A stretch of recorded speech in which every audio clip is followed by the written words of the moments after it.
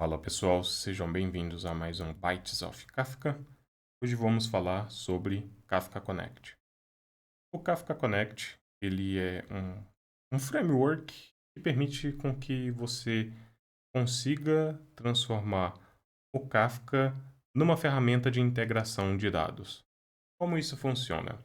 A gente já sabe que o Kafka ele é utilizado ali com produtores e consumidores, onde que a gente tem um sistema, escreve alguma mensagem, manda para ele e alguém, em alguma ponta, vai fazer a leitura daquela mensagem e realizar algum processamento.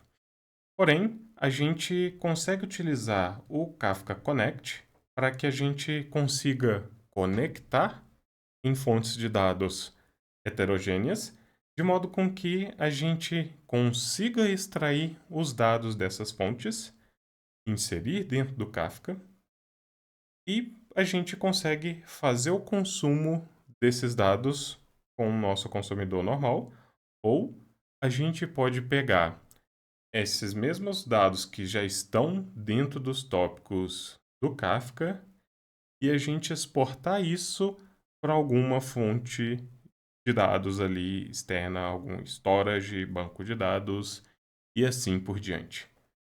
Isso é conhecido como conectores, né? Onde que a gente vai ter conectores que permitem fazer o sync dos dados, onde que a gente tem o Kafka Connect, ele vai estar conectado no Kafka, ele vai fazer a leitura desses tópicos e a gente vai conseguir escrever isso em um banco de dados, em arquivos, em object storages ou até mesmo lakehouse.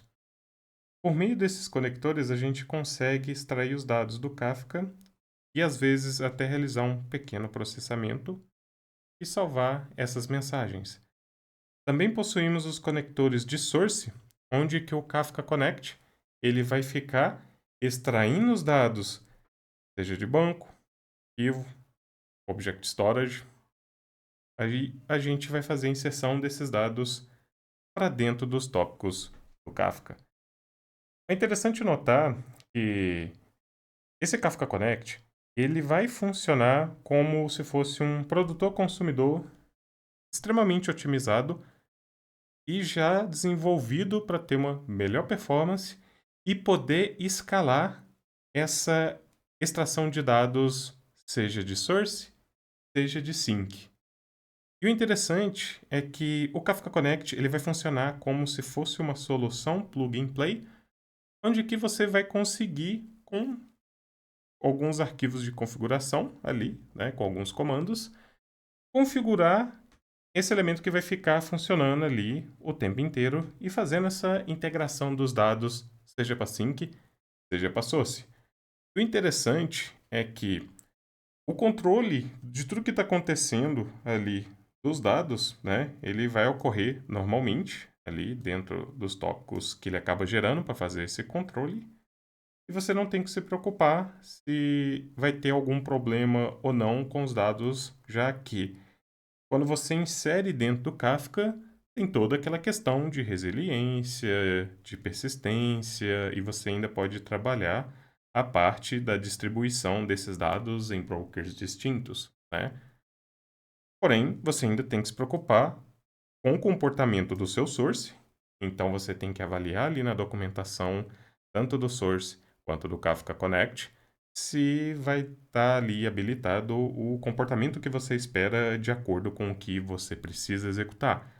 Isso vale tanto para source quanto para o sync, né? Então é muito importante você entender em qual contexto você está inserido ali para você poder trabalhar com o Kafka Connect.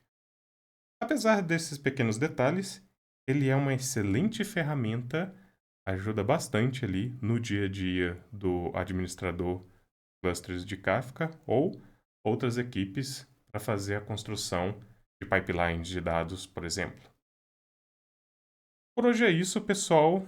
A gente vai encerrando por aqui e a gente se encontra nas próximas aulas. Valeu!